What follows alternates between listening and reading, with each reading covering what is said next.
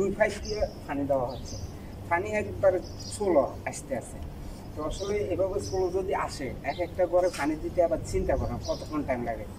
আর এক একটা ঘরে মাসিক মনে করেন আমাদেরকে বেতন দেওয়া হচ্ছে 10 দিনের, বাংলাদেশে মনে করেন 3000 টাকা বা এরকম এরকম অ্যামাউন্ট আমাদেরকে দিচ্ছে। তো আমি হাউজের কাজ করে এই যে আপনাদেরকে আমি দেখাচ্ছি। ওই আমার ইউটিউব চ্যানেলটা আপনারা সাবস্ক্রাইব করে দিবেন, আর আমার ফেসবুকটা আপনারা ফলো দিয়ে থাকবেন। ধন্যবাদ। দেখতে থাকুন।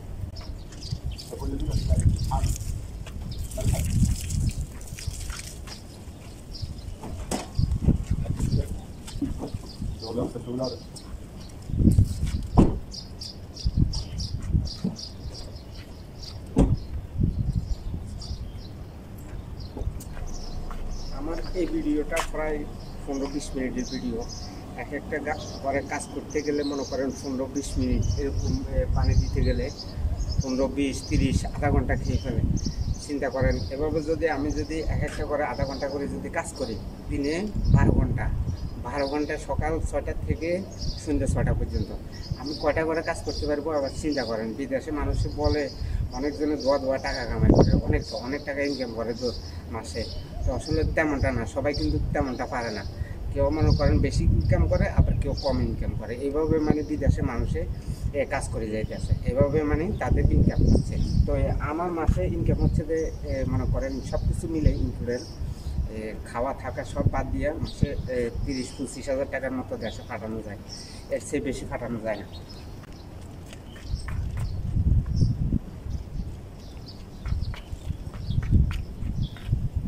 অনেকজনে বলতে পারেন যে 30-25 হাজার টাকা দিয়ে একটা ফ্যামিলি চলে কীভাবে। বাংলাদেশে তো মনে করেন এক একজনে ইনকাম করে মাসে 30-25-40 হাজার টাকা। তো বিদেশে গিয়ে যদি 20-30 হাজার টাকা যদি ইনকাম করা হয়, তাহলে ফ্যামিলিটা চলাতে অনেক টাফ ব্যাপার হয়ে যায়।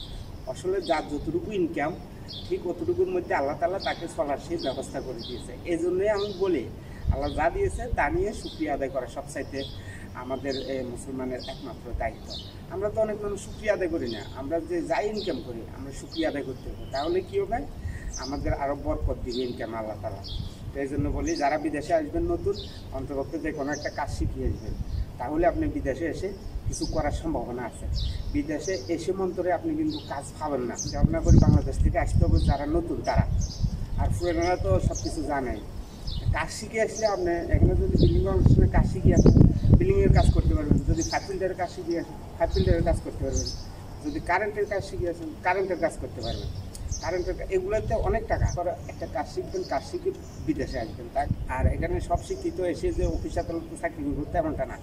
ওই বলছি না, বিল্ডিংয়েও কাজ করতে হয়, আমার মতো এরকম হাউসেও কাজ করতে হয়।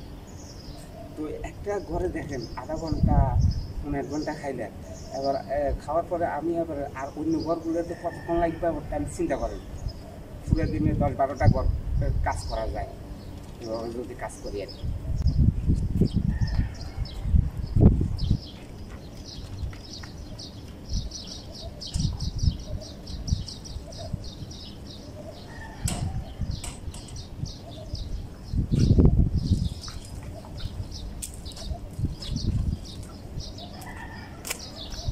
মোটামুটি এই হাউসটার কাজ আমার শেষ হয়ে গেছে। এখন খাদ্য একটু ভালো করে রেখে দিব, ভিতরে একটু টপ আছে, এই টপগুলোতে পানি দিব, তারপরে আমার কাজ শেষ। এরপরে আপনারা দেখতে থাকুন।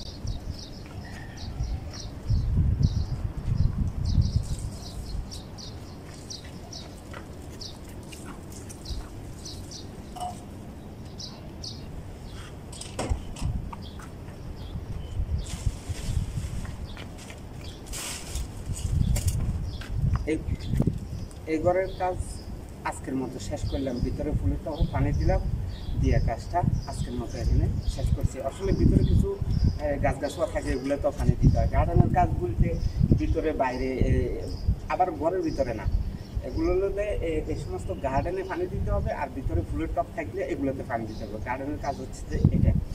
আর যারা মানে ঘরের ভিতরে কাজ করে, তারা ঘরের মনে করেন আসবাবপত্র, ওই মুখ এগুলো মারতে হয়, পুরুষ মারতে হয়।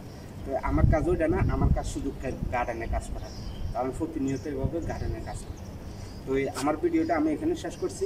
আবারও বলি, সবাই আমার ইউটিউব চ্যানেলটা সাবস্ক্রাইব করে দিবেন, আর আমার ফেসবুকটা ফলো দিয়ে থাকবেন।